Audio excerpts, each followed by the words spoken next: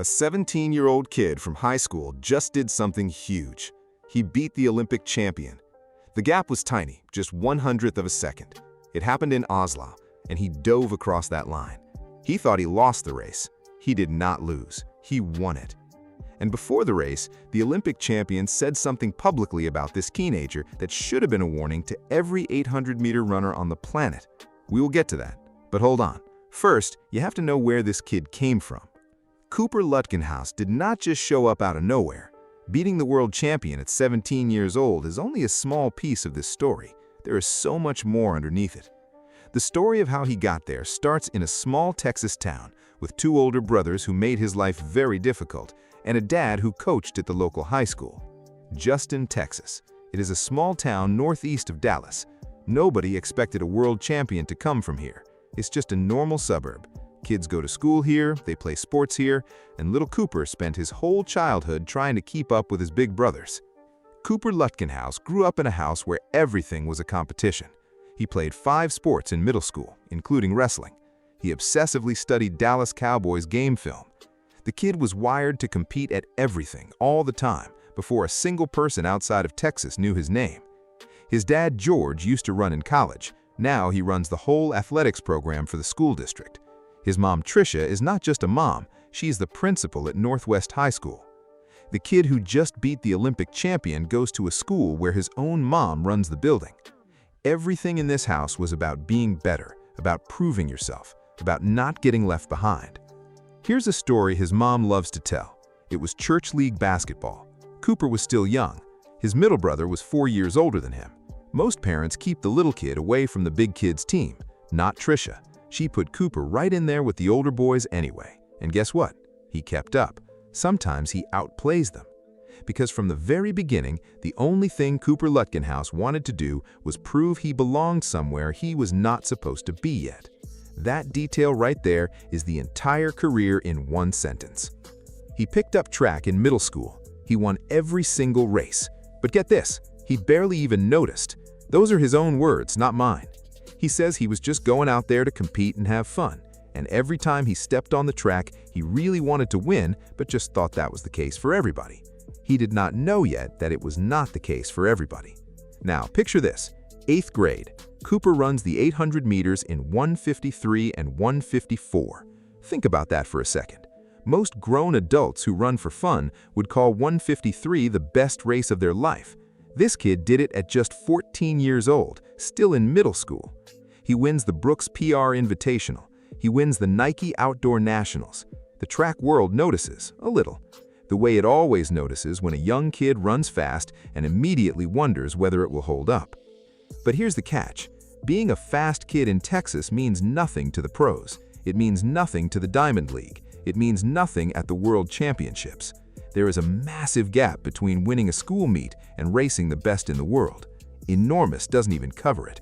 It is a completely different sport at a completely different level. He goes into high school and wins every 800 he enters. Texas Class 5A state title as a freshman, then the Class 6A state title the following year. He never lost. He kept getting faster every single season. But the big track world still was not watching closely. And here is the real problem. Being the best runner in Texas does not mean much when the guys you really need to beat are not even racing there. They are running in Oslo and Stockholm and Eugene with Olympic medals around their necks and years of international experience behind them. Winning Texas state titles is incredible, but it answers absolutely nothing about whether Cooper Lutkenhouse can compete with the best in the world. Something has to happen that forces the question. Enter Coach Chris Capo. This is the man who built the plan to take Lutkenhouse from a great high schooler into a real pro athlete in 2025.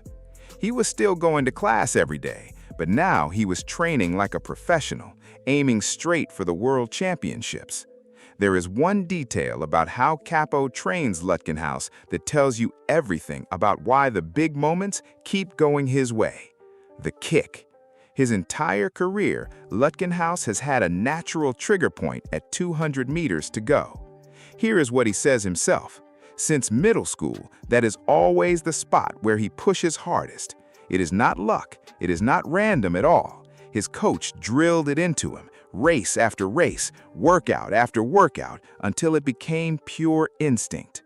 Then on August 3rd, 2025, in Eugene, Oregon, that instinct changed his whole life.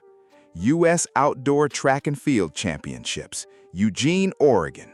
Cooper Lutkenhouse is 16 years old. He is in the 800-meter final against professionals, former world champions, Olympians, men who have been doing this their entire adult lives.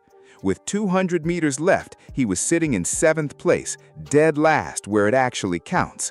Then, boom, the kick turned on. He flew from 7th place all the way up to 2nd in just that final 200 meters. Runs 1:42.27, the U-18 world record by more than a full second. Beats Josh Hoy, Bryce Hoppel, Brandon Miller, men who between them have Olympic medals and World Championship Finals appearances. He finished 2nd overall, right behind Donovan Brazier. The whole stadium at Hayward Field went crazy. Coach Steve Magnus saw it happen live and posted right away that this was the single most impressive thing he had ever seen in sports. That it makes high school LeBron look like nobody. The youngest American ever to qualify for the World Athletics Championships is a 16-year-old who is going to miss English literature class to be in Tokyo. The athletics world is not just paying attention now, it is standing up. But Tokyo did not go the way anyone hoped, and this next part usually gets left out of the highlight reels. It was September 2025. The World Athletics Championships were in Tokyo. Lutkenhouse flies to Japan with his homework in his bag. He is 16. He is the youngest American ever to compete at this level. The experience alone is supposed to be the reward. He goes out in the heats. The 800-meter at Worlds is nasty. It is tactical. It is physical. It is brutal in ways a Texas high school race could never prepare you for. The best runners in the world know how to trap you. They know how to box you in and shut down a dangerous closer before he ever gets the chance to run. Lutkenhouse does not advance. He goes home. It is not a disaster. He is 16 and he made it there. But it is a very clear message. Raw talent and a devastating kick are not enough on their own. The world stage requires more. It takes real experience. It takes tactical smarts, the kind you only get from racing the best again and again, losing sometimes, and coming back stronger. So here's the big question. Can a kid who has barely ever lost actually learn from this and grow? Drop it in the comments right now. At 16 years old, would you rather miss your junior year at school to go to the World Championships or stay home with your friends? Because Cooper chose the race every time, and I genuinely want to know what you would have done. Fast forward to March 2026 to run Poland. Most of Cooper's classmates are home for spring break. They're at the beach, they're sleeping in, they are playing video games, just doing normal 17-year-old stuff. Lutkenhouse is in Poland running the 800-meter at the World Indoor Athletics Championships against the best middle-distance runners on the planet. He wins in 1:44.24, youngest individual world champion in the history of track and field, ever. Not just American history, not just history for the 800-meter. This is all of track and field, ever, since the sport began. A 17-year-old from Justin, Texas, whose mom was still nagging him about prom, was now a world champion. Then his Diamond League debut in Stockholm, 3 days before Oslo.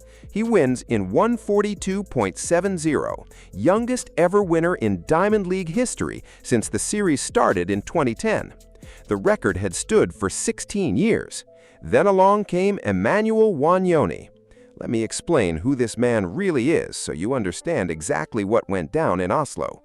Emmanuel Wanyoni is 21 years old, Kenyan, Olympic champion from Paris 2024, world champion from Tokyo 2025, the most dominant 800-meter runner alive. He skipped Stockholm specifically to prepare for Oslo. He wanted to be fully rested. He wanted to be totally ready. He knew exactly who he was up against. And before the race, Wanyoni came out and said this. He said, "Cooper is great and looks really strong. He is definitely the future of this event, but we are still here to hold the fort." The future of the event. said by the present champion. That was not him brushing Cooper off. That was a champion who respected the danger so much he had to say it out loud. Then he went out to prove he was still the king. June 10th, 2026, Oslo Bislett Games, the most famous middle-distance track in the world, the track that has hosted 70 world records in its history. The race goes out fast. Wanyoni leads through the bell as he always does, dictating terms, using his experience and his power to control the pace. Lutkenhouse stayed close and waited. Then, with 200 meters left, the trigger fired again. He took the lead and opened a gap down the straight. But Wanyoni was not finished. He fought back hard.